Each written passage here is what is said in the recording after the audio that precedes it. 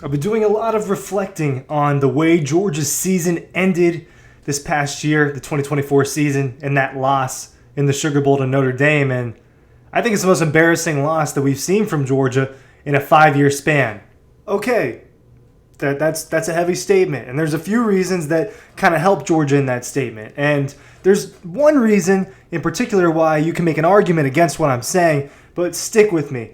Why is it the most embarrassing loss in 5 years? I think it was the most embarrassing loss since 2019 South Carolina at home when Georgia lost in overtime to the Gamecocks, a not good Gamecock football team that had backup quarterbacks. That it's just not a game that the 2019 Dogs should have lost that season, and they did. Now, I don't think that Georgia should have lost the Sugar Bowl either. And maybe there's some bias in what I have to say with that. Maybe there's a little bit of inherent bias in saying, hey, I think Georgia should have lost to Notre Dame. Maybe there's some SEC bias there. Maybe there's just bias because I cover the team. But the one redeeming quality for that game, because when I talk about these numbers with you and kind of go back through what happened, it's embarrassing. But the one thing that you could argue, hey, cut Georgia some slack, is Gunnar Stockton was starting his first game in college football. The game was postponed due to the attack the night before. That, right? The combination of that and it just being weird, and Gunnar having to step in in a college football playoff situation where he really doesn't have much college experience. Yes, that is the redeeming quality for it, and that's a bad way to put it. That's the one argument against, hey, it's not as embarrassing as you think when you talk about them dealing with a backup quarterback. But when you look at the draft, when you look at recruiting, and when you look at the body of work throughout the season, and you say, hey, they shouldn't have beat them, that's kind of BS to me. Ryan Coley from Dawg Post talking about the Sugar Bowl loss and why I think that it was embarrassing, right? When I say embarrassing, I mean embarrassing for the program. I mean embarrassing for the fans. It just shouldn't happen. That's what happened in 2019 South Carolina. I was a student. I was in the student section, full disclosure for all that. That was my freshman year at Georgia. I'm not in school anymore, and I cover this team, and my relationship with it is a lot different. But at that time, I was a student, and as a fan that day, that was embarrassing. And Sanford Stadium, I'm in the student section. I have a half sunburn on my face. Jake Fromm throws 3 interceptions to Israel Mukwama, I believe was how you pronounce his name. And Rodrigo Blankenship misses a clutch field goal. It was just rough. I remember we left and then went back in because it was just a roller coaster of a ride, and it was tough that day. Fast forward to this season, right? And Georgia hasn't done a lot of losing, might I add. Hasn't done much losing over the last few years, and that's why you can easily say, well, that's why, right? Because the Dogs haven't lost. But fast forward to this past season. Georgia's coming off the SEC championship. It's coming off of the most difficult schedule in college football. It wasn't unscathed, right? They lost to Alabama. They lost to Ole Miss. Those weren't, you could make an argument that the Ole Miss loss was embarrassing. You can make an argument that aspects of the Alabama loss were embarrassing, but they did have a comeback effort in that. So there's a little bit of a pat on the back there for the Dogs. But this game against Notre Dame, Georgia's defense shut down the Irish. I'm pulling these numbers back up. I'm on ESPN looking at the numbers. A lot of them were better for Georgia. Total yards, 296. They outgained Notre Dame 296 to 244 in total yards. Remember that the final score was 23-10. Georgia mustered one offensive touchdown. It came in the third quarter where Cash Jones was wide open on kind of like one of those mesh wheel routes out of the backfield, and he almost stumbled and didn't score on that. But Gunnar Stockton hits a wide open Cash Jones. They held Riley Leonard and the Notre Dame passing offense to 15 of 24 and 90 yards.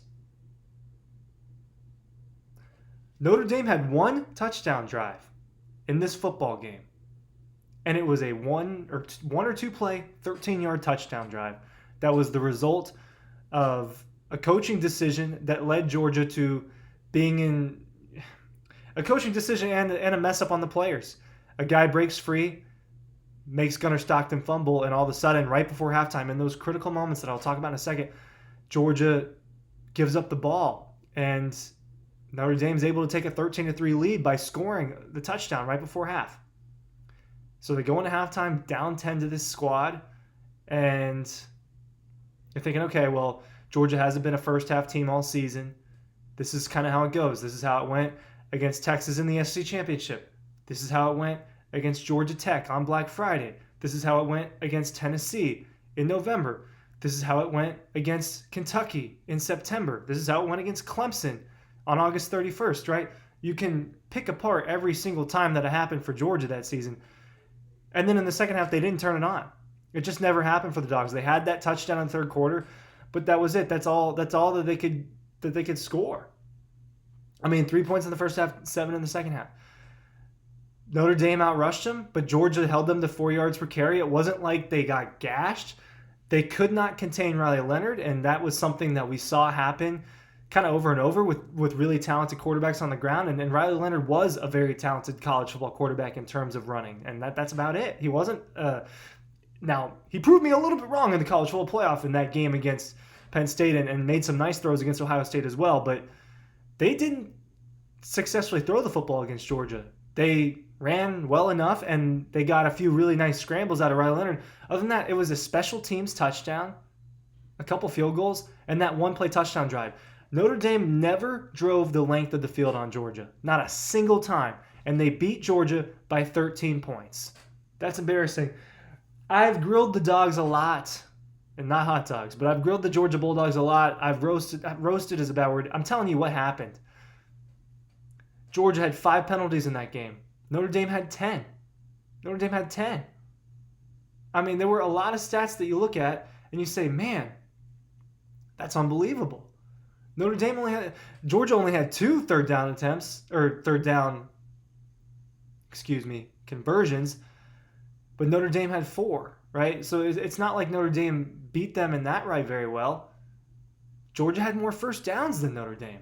They converted 2 more first downs than Notre Dame did. There are plenty of numbers. You look at this and you just think about the game.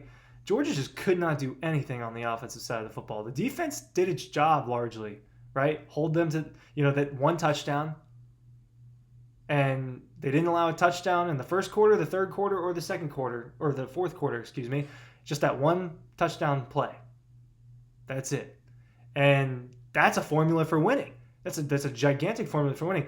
But when you lose Kirby has talked about this before too, and a lot of coaches talk about this, but the handful of minutes right before halftime and the handful of minutes right after halftime, a lot of the times that can really determine a game because there's a huge momentum shift in there.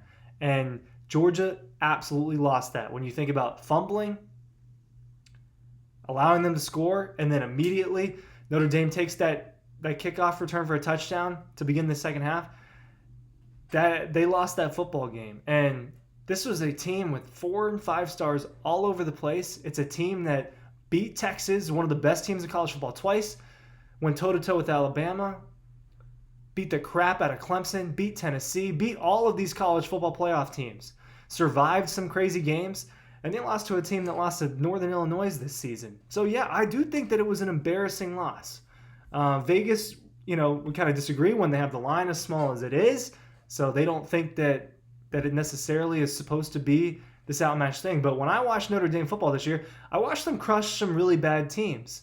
I didn't see them really, outside of beating A&M in that first game, go toe-to-toe with a really good opponent and really put it on them. I just didn't have a lot of faith. It didn't happen until the college football playoff.